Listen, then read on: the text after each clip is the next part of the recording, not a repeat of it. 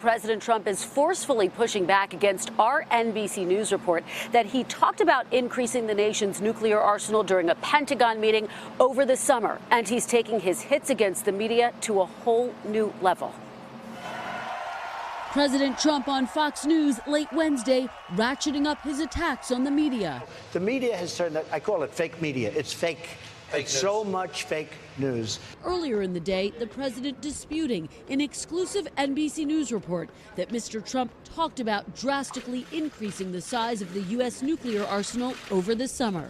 No, I never discussed increasing it. I want it in perfect shape. That was just fake news by NBC, which gives a lot of fake news lately. We won't need an increase, but I want modernization and I want total rehabilitation. It's got to be in tip-top shape. According to 3 officials in the room during a July 20th meeting at the Pentagon that included the Secretary of State, Secretary of Defense, and Vice President, the president said he wanted what amounted to a nearly 10-fold increase in the U.S. nuclear arsenal after seeing a chart of the arsenal's history. The meeting preceded the Secretary of State calling the president a moron. In disputing the story, the president also taking a remarkable step, appearing to attack the First Amendment, tweeting about NBC News and the networks. At what point is it appropriate to challenge their license? And again overnight, network news has become so partisan, distorted, and fake that licenses must be challenged and, if appropriate, revoked. Not fair to public.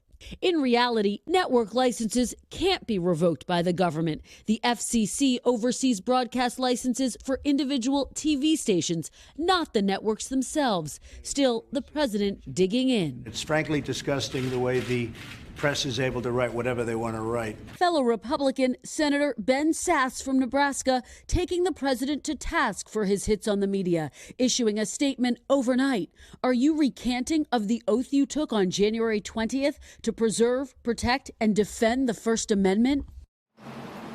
Defense Secretary James Mattis also weighing in on our NBC News report, writing recent reports that the president called for an increase in the U.S. nuclear arsenal are absolutely false. For the record, NBC News never reported that the president actually called for an increase in the nuclear arsenal, just that he talked about it. All of it adding fresh urgency as the president is grappling with mounting challenges in Iran and North Korea.